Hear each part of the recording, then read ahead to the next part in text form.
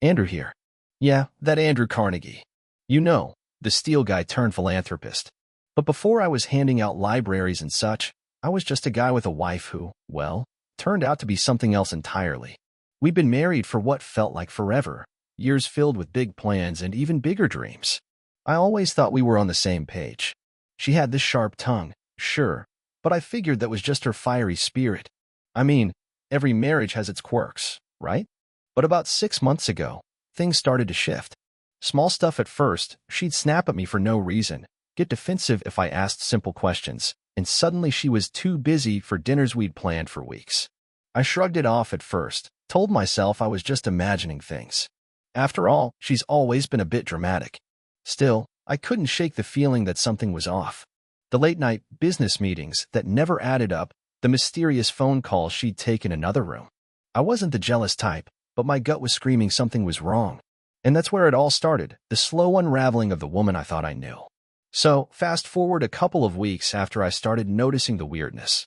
I was in my study one evening, going over some plans for a new library I wanted to fund. The house was quiet, except for her whispering on the phone in the next room. At first, I didn't pay much attention until I caught a name that definitely wasn't hers. Not a business associate, not a friend. Some guy I'd never heard of. That alone wasn't proof, but my instincts kicked in.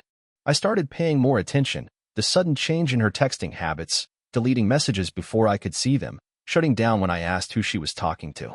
Then came the day I accidentally left my pocket watch in her purse. Yeah, I know, a bit old school, but it had a tiny note tucked inside from that same unknown man. Dates, places, and some, let's say, intimate terms. My heart sank. It wasn't just paranoia, it was real. That's when I realized she'd been lying to me all along. I didn't want to believe it, but that note in her purse left me no choice. I confronted her that night, in the middle of the drawing room, with the letter burning a hole in my pocket. She looked me dead in the eye and, get this, denied everything. At first, she played the victim like a pro. You're imagining things. Why would I do that to you? But then, when I pressed harder, her tone shifted. She got defensive, throwing out a string of excuses that honestly made my head spin. I was lonely, she admitted finally, as if that justified months of lies. You were always away, obsessed with your steel mills and charities. I needed someone to talk to. She even tried to flip it on me, accusing me of being cold and neglectful. It was like a bad play, one I couldn't believe I was part of. But the worst part? The casual way she lied through her teeth about the extent of the betrayal, like it was no big deal. Man, I'm not gonna lie, when the truth hit me, I was a mess. First came the shock, like someone punched me right in the gut. Then anger, hot, blinding rage that made me want to throw something through the window. I kept asking myself, how could she? Why me? But after the firestorm of anger came this crushing sadness. The kind that sits in your chest and won't let go. I kept replaying every conversation, every smile, every I love you, and wondering which ones were real. I felt betrayed not just as a husband, but as a man who trusted his partner implicitly. And that trust? Shattered. I tried to talk to friends, but most of them just said, she's a bitch, move on. Easy words, but not the kind you can just act on when your heart's been ripped out. At night, the silence in our home felt deafening. I'd lie awake, thinking about the future, what it meant for me, for her, and for everything we built together. After weeks of wrestling with my emotions, I realized I had to decide what kind of man I wanted to be. I could either let this betrayal destroy me or find a way to move forward, whether that meant with her or without. I tried talking to her again, hoping for some honesty, some sign she wanted to fix this. But every conversation felt like walking on broken glass. She wasn't remorseful. She was still playing games, twisting the truth like a skilled liar. So I made up my mind. I wasn't going to stay chained to a marriage built on lies and bitterness. I told her I wanted a separation, not out of anger, but because I owed it to myself to heal and find peace. At the same time, I focused on my work, the steel mills, the libraries, the causes that mattered. Pouring my energy into something meaningful helped me reclaim a part of myself that the betrayal threatened to steal. It wasn't an easy decision, but it felt like the only way forward. Looking back, this whole nightmare taught me a lot about trust, about love, and about knowing when enough is enough. The hardest truth is that sometimes the people closest to you can hurt you the most, and no amount of money, success, or good intentions can stop that. If I could give one piece of advice to anyone going through something similar, it'd be this. Trust your gut. Don't ignore the little signs just because you want to believe the best. And don't ever feel guilty for protecting your own heart. Also, don't be afraid to walk away. Staying in a toxic relationship doesn't make you strong. It makes you a prisoner. At the end of the day, I'm still Andrew Carnegie, still building, still giving back. But now, I'm also building a life where I'm the one who comes first. Just when I thought I'd seen it all, something wild happened. A few weeks after the separation, I got a letter, not from her, but from that mysterious man. Turns out, he wasn't some random fling or a secret lover. He was actually connected to one of my biggest rivals in the steel business, trying to sabotage me by getting close to my wife. Can you believe it? A corporate spy disguised as a friend. That explains so much: the suspicious meetings, the hushed phone calls. She'd been caught between two fires, her own lies and this man's schemes. I was furious, confused, and honestly a little relieved. It wasn't just personal betrayal, it was a damn corporate espionage mess. When I found out the truth about the spy, I decided to confront him directly. I invited him to my office under the guise of a business meeting, because if there's one thing I've learned, it's to face problems head on. The guy was slick, trying to charm his way out, but I saw right through the act. I laid it all out: the betrayal, the lies, the whole mess. He tried to deny it first, but eventually cracked when I mentioned how his actions had hurt me personally. What shocked me even more was that my wife knew about his true intentions and still played along, hoping to gain some benefit herself. That was the final nail in the coffin for me. It wasn't just about infidelity anymore. It was a deep, calculated betrayal on all fronts. After confronting the spy and realizing how deep the web of lies went, things at home spiraled even more. My wife went from bitchy to downright venomous. She started spreading rumors among my closest allies, trying to paint me as the villain, the cold, ruthless industrialist who didn't care about her feelings. It was painful, watching her twist the story and manipulate others. Some friends believed her, others stayed neutral, but the damage was done. I realized betrayal wasn't just personal anymore, it was public. Still, I kept my head down and focused on what mattered: my work, my legacy, and rebuilding my life. The emotional toll was heavy, but I refused to let her lies define me. Amid the chaos, I found unexpected solace in my philanthropic work. Pouring myself into building libraries and funding education wasn't just about giving back. It became my therapy. Every time I saw a new library open, it felt like a small victory over the mess my personal life had become. Helping others reminded me of the bigger picture beyond betrayal and lies. It also gave me a sense of control in a world where I felt powerless at home. My wife's betrayal hurt deeply, but my mission to improve lives kept me grounded and hopeful. Out of nowhere, one of my wife's closest friends reached out to me. She confessed that she'd been uncomfortable with my wife's behavior for months and felt guilty for staying silent. This friend became my unexpected ally, providing insights into what was really going on behind the scenes, and even helping me gather evidence of the lies and manipulations. It was strange to find support from someone so close to the other side, but it gave me strength. Sometimes, allies come from the most unlikely places. With this new ally's help, I finally gathered enough evidence to confront my wife once again, but this time, I was calm and prepared. I laid out everything: the lies, the spy, the manipulation. Her reaction? Pure shock. The bitchy, lying woman I'd come to dread was suddenly cornered and silent. For the first time, I saw a flicker of remorse, but it was too late. I realized that no apology could fix what she'd done. That moment was the turning point, not just for our marriage, but for me personally. I wasn't going to be her victim anymore. After that confrontation, I made it clear I was done with the lies and manipulation. I decided to finalize the separation and focus on rebuilding my life on my own terms. It wasn't easy, no separation ever is, but I found peace in the decision. I threw myself deeper into my work and philanthropy, determined to leave behind the toxicity and create something lasting and meaningful. Sometimes, walking away is the strongest thing you can do, even if it breaks your heart. Looking back, this whole experience was a harsh teacher. I learned that no amount of wealth or success can shield you from betrayal, but it can give you the tools to rise above it. I learned to trust my instincts and not ignore red flags, no matter how much you want things to be perfect. And most importantly, I learned that self-respect and peace of mind are worth more than any marriage built on lies. If you're reading this and dealing with betrayal, know this: it's okay to feel broken, angry, and lost. But don't let those feelings consume you. Use them to fuel your growth.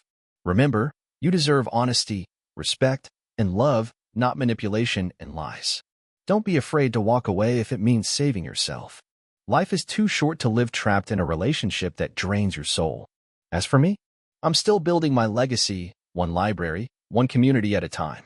And I'm finally free to do it on my own terms. All right, here's what happened next. After finalizing the separation, I threw myself headfirst into my work and my causes. The steel mills kept running, the libraries kept opening, but there was something different about me now. I wasn't just building steel or funding books, I was rebuilding myself. The first few months were tough. Loneliness crept in at night, and some days I felt like I was carrying the weight of the whole world on my shoulders. But with every new library that opened, with every student who thanked me for the opportunity to learn, I found a little more hope. I even started attending a few social events again, not the glitzy ones where appearances mattered, but gatherings focused on education and innovation. I met people who shared my passion, who inspired me to look beyond my past and focus on the future. And then something unexpected happened. One evening, at a charity gala for a new university wing, I met someone. Not the kind of whirlwind romance you read about in novels, but a quiet, steady presence. Someone who didn't judge my past or expect me to have it all figured out. Just genuine, honest company. We started talking more about books, business, and the little things that make life worth living. Slowly, I realized I was opening up again, letting someone in after so much damage. It wasn't about replacing what I lost. It was about building something new, something real. Of course, the scars from the betrayal remain. Some days, the memories still sting sharp, and I remind myself that healing isn't a straight line. But now, I have a choice, to let those scars define me, or to wear them like badges of survival. So here I am. Still Andrew Carnegie, still a titan in steel, still a builder of dreams. But now, I'm also a man who's learned that strength isn't just about power or wealth. It's about knowing when to fight, when to walk away, and when to let yourself heal. And if there's one thing this whole ordeal taught me, it's this. Life will throw its worst at you, sometimes from the people you love most. But you get to decide what happens next. I'm choosing to keep building. Not just steel or libraries, but a life that's truly mine.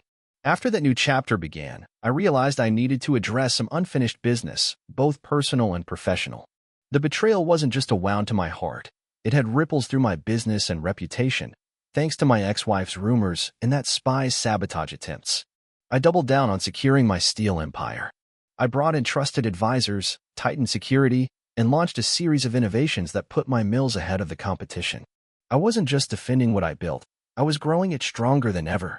The spy's network was dismantled quietly, one connection at a time, until the threat was completely neutralized. On the personal side, I worked on forgiveness, not for her, but for myself. Carrying bitterness only held me back. I started journaling, reflecting, and even sought out a counselor who helped me unpack the tangled mess of emotions. It wasn't about forgetting what happened. It was about learning to live without it controlling me. In time, the public narrative began to shift. My philanthropic work and business achievements spoke louder than any rumor. Friends who doubted or stayed neutral came back around, seeing the man I was fighting to become. And that quiet companion? She's become a steady part of my life, a reminder that trust can be rebuilt, slowly and carefully. Looking back now, I can say with certainty that the darkest times revealed the core of who I am. I'm still Andrew Carnegie, yes, but one who knows the value of resilience, self-worth, and the power of moving forward. So, to anyone out there caught in the storm of betrayal or loss, keep building. Your legacy isn't just what you create, it's how you rise after you fall. Months turned into years, and the life I'd painstakingly rebuilt started to feel like my own again.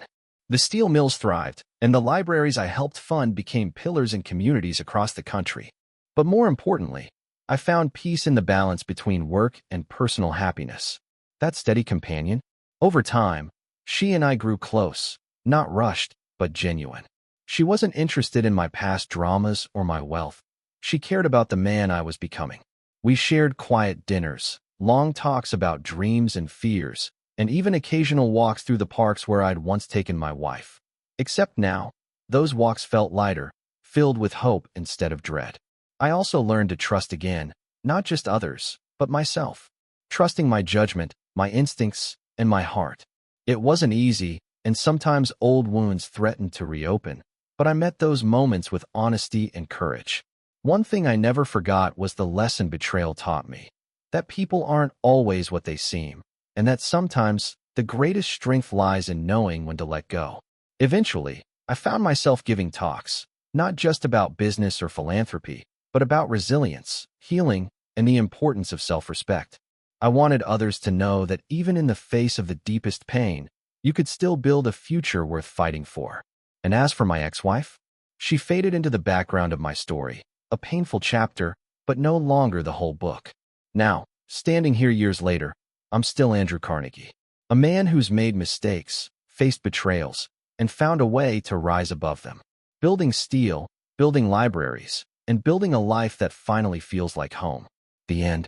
Not quite, because life's a continuous build, and I'm ready for whatever comes next. But just when I thought I'd finally closed that chapter for good, life threw me another curveball, one that reminded me resilience isn't just about surviving, but about adapting.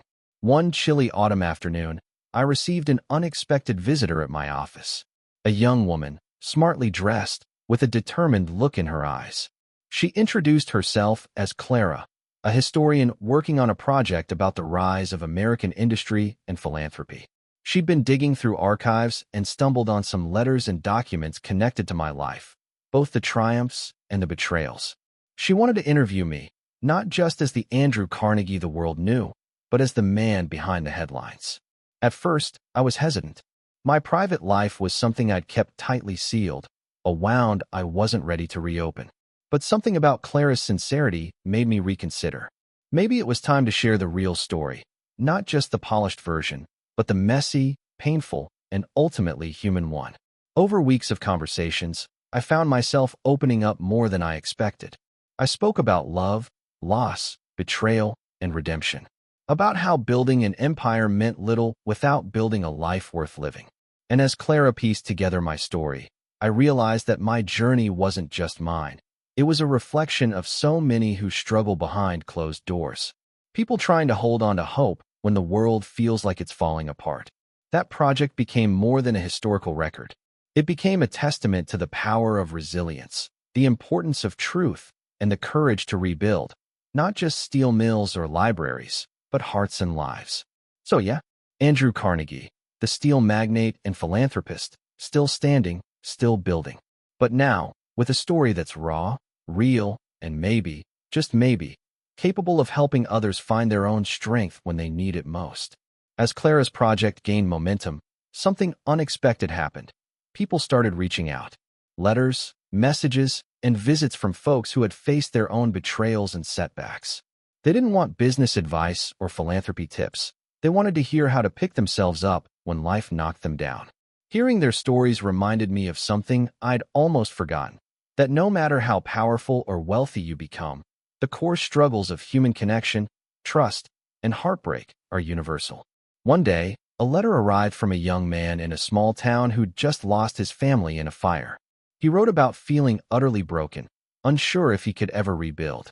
I responded, sharing what little wisdom I'd gathered, that rebuilding isn't about forgetting the past, but learning from it, brick by brick, until the foundation is stronger than ever. It was humbling to realize my pain, my story, could serve as a beacon for others. And with that, I felt a new purpose stirring within me, not just to build libraries or steel mills, but to build hope. So, I started organizing gatherings, inviting people who'd been through tough times to share their stories, support each other, and find community. What began as a simple idea grew into a movement, reminding everyone that resilience is a collective strength, not a solo battle. In the end, I'm still Andrew Carnegie, yes, but more importantly, I'm a man who's learned that legacy isn't measured in wealth alone. It's measured in the lives you touch, the hope you inspire, and the courage you share. And no matter what the future holds, I'm ready. Because if there's one thing my story proves, it's that even after the deepest betrayal, the strongest steel is forged in the hottest fire. With that newfound purpose, I felt a shift inside me, a kind of peace that had eluded me for so long. I started to see my past not as a chain holding me back, but as the very forge that shaped who I was becoming. One afternoon, while visiting a new library we just opened in a struggling community, a young woman approached me. She was nervous but determined, clutching a worn notebook filled with her own dreams and plans. She told me she'd been inspired by the story Clara was telling about resilience, about not giving up even when the world seemed against you. That struck a chord deep inside me. It reminded me why I'd poured so much into building not just steel and buildings, but opportunities for others. That moment crystallized everything. My story, the betrayals, the pain, the hard-won strength, wasn't just mine. It belonged to anyone who ever felt broken and wondered if they could rise again. So I promised her, and myself, that I'd keep building. Not just industries or libraries, but a legacy of hope. Because at the end of the day, that's what matters most. The strength to face your darkest days, and the courage to keep moving forward. And if my story can help just one person find that strength, then every scar, every heartbreak, every trial will have been worth it.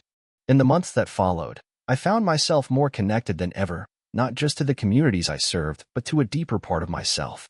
The anger and bitterness that had once consumed me began to fade, replaced by a quiet resolve. I even started receiving letters from people who had once been on the sidelines of my life, old friends, distant relatives, reaching out with apologies, regrets, and sometimes just to say they admired how I handled everything. It was strange, this sense of closure that came not from revenge or bitterness, but from forgiveness, mostly of myself. Of course, the past never fully disappears. Sometimes, late at night, memories of betrayal still linger like shadows. But now, instead of letting them drag me down, I acknowledge them, learn from them, and then let them go. As for Clara, we finalized the separation quietly and without rancor. I wished her well in her own journey, whatever that may be, and turned my focus fully to what lay ahead. Standing at the cusp of a new chapter, I realized that life's true strength isn't just in what you build with your hands or your mind, but in what you build within yourself. And that, more than steel or philanthropy, is the legacy I want to leave behind. Because at the end of it all, we're not defined by the betrayals we suffer, but by the courage we find to rebuild. So here I am, Andrew Carnegie, the man who built steel empires and handed out libraries, but more importantly, a man who learned the hard way about trust, betrayal, and resilience. If there's one thing this whole ordeal taught me, it's that life will test you in ways you never expect. Sometimes the people closest to you become the ones who hurt you the most. But no matter how deep that wound runs, it doesn't have to define you. You get to decide what comes next. For me, that next chapter is about building something real on my own terms, with honesty, with purpose, and with a heart open enough to trust again, but wise enough to protect itself. I'm still here, still building, still giving back. And this time, I'm doing it for me. Thanks for hearing my story. If you're going through your own battle, know this: you are stronger than you think. Don't settle for less than you deserve. And don't ever be afraid to walk away from what breaks you. Because sometimes, the greatest strength is in choosing yourself.